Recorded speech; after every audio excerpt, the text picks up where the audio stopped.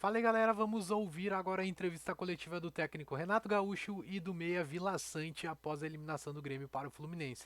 Infelizmente não é com imagens, somente o áudio. Vamos ouvir o que o Renato vai falar. A troca feita por ti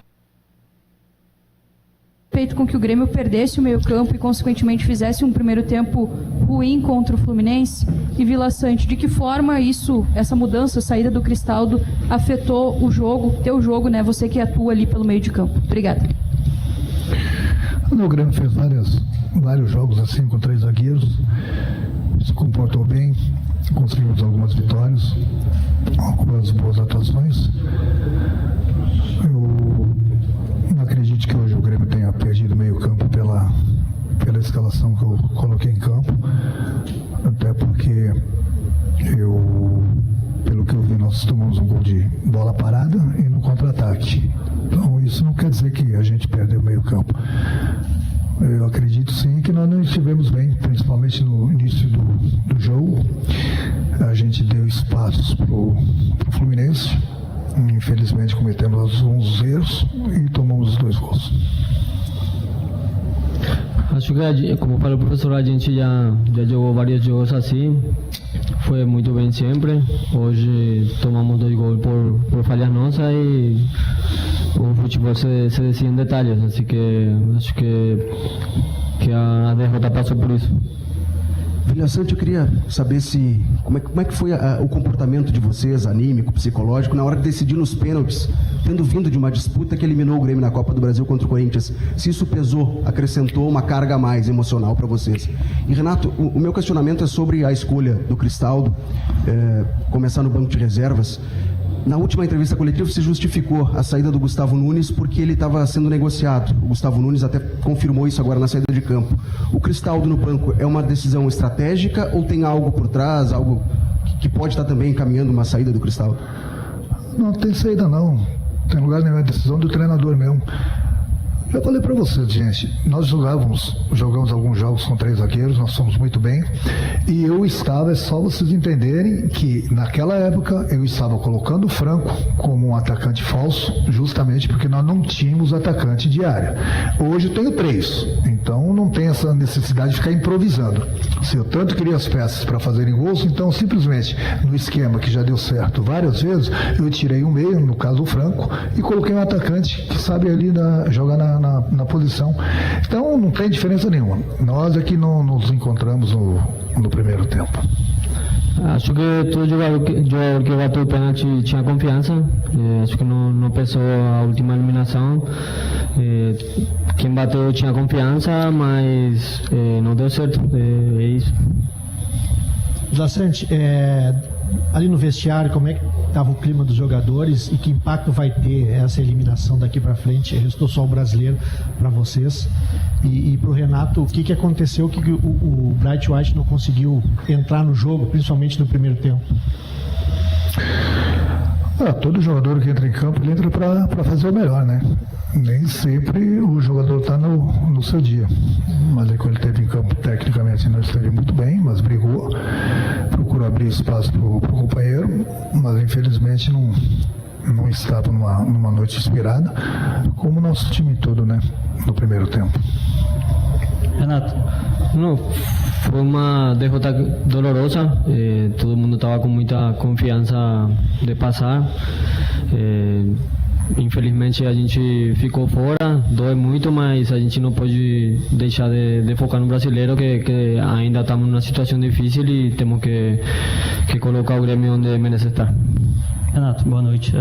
Gostaria que você explicasse o porquê que o Diego Costa e o Nathan Fernandes eles não ficaram como opções no banco de reservas. E o Vila Sante, se puder me explicar ali que teve uma confusão durante a cobrança de pênalti entre os jogadores do Fluminense e do Grêmio, se isso pode ter impactado de alguma forma para o Grêmio. O Diego Costa praticamente jogou quase que os 90 minutos diante do Bahia.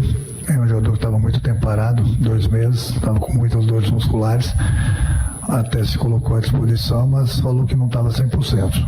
Então seria muito arriscado. De repente, se o Márcio sofresse algum tipo de lesão no início do jogo, colocar o Diego seria um risco muito grande, já que ele estava com as dores musculares muito fortes. Quanto o Diego, então, foi isso. E o Natan, o meu grupo é grande. Hoje eu tenho bastante opções. Eu falo sempre para eles, aproveite as oportunidades. Eu não posso levar todo mundo para o banco. Eu levo de acordo com aquilo que eu acho que eu vou precisar durante a partida. Essa briga que aconteceu ali, acho que é normal, acontece sempre dentro do campo e acredito que não influiu nada nas cobranças dos pênaltis. Foi só isso. Renato, no jogo contra o Corinthians, você colocou o Edenilson no final da partida para bater o pênalti. Ele acabou errando naquela ocasião. Hoje, novamente, uma mudança que o Natan entra no final da partida e ele erra o pênalti também, curiosamente, o segundo. E aí, depois para frente, o Grêmio perde as penalidades. Talvez não era o momento de colocar um pouco antes os jogadores para não entrarem tão frios na partida e acontecer isso de ser um dos primeiros a bater e errar a cobrança. Como é que foi esse entendimento para colocar o Natan na partida de hoje, assim como o Edenilson? O jogador ele fica aquecendo o tempo todo. Ele aquece antes da partida, ele aquece no intervalo do jogo e fica aquecendo durante o segundo tempo também. Então nem o jogador entra frio, o jogador entra quente. O jogador entra quente. Então, ele bateu, procurou fazer o gol, infelizmente ele errou. Agora não vamos dar a desculpa que o jogador estava frio, porque hoje em dia no futebol não existe. A todo momento o jogador está se aquecendo. Renato, aqui no teu canto esquerdo, eu gostaria de entender a tua ideia inicial na escalação. Tu decidiu tirar os dois meias que o Grêmio tem no elenco, o Monsalve e o Cristaldo, curiosamente os jogadores que vinham com um desempenho, vou dizer, interessante dentro das últimas partidas.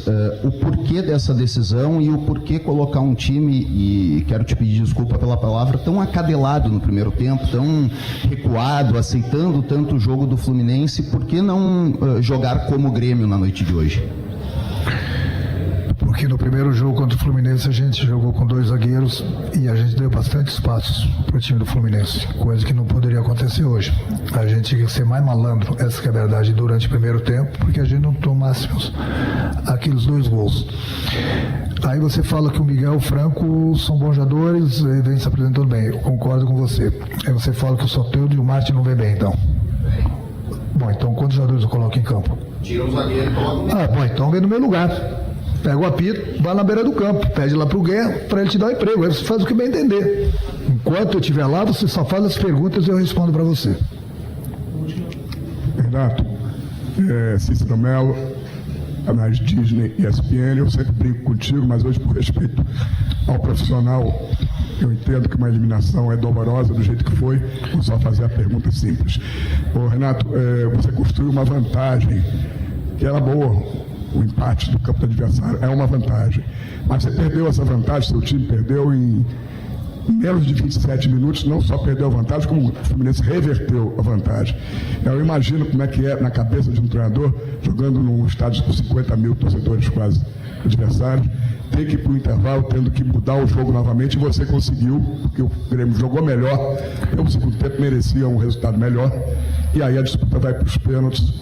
E nos pênaltis a gente sabe que não depende mais do treinador, não depende mais de tática, depende de outros fatores, concentração, treinamento e tudo mais. Eu queria saber como é que você encara essa eliminação diante de tudo isso que eu relatei, das alternâncias durante o jogo. Boa noite. Boa noite, Cícero. Nós tínhamos um esquema de jogo que, infelizmente, nós não entramos tão atentos como nós deveríamos, e aí a gente pecou pelos nossos próprios erros nos primeiros 45 minutos, e você colocou bem, nós tínhamos uma vantagem, praticamente entregamos a vantagem, e o adversário soube se aproveitar e conseguiu aquela vantagem que nós tínhamos. Nós acertamos algumas coisas no intervalo do jogo, melhoramos, buscamos, fizemos o gol, e infelizmente fomos para os pênaltis, e infelizmente mais uma vez nós somos eliminados. Obrigado, Renato. Obrigado.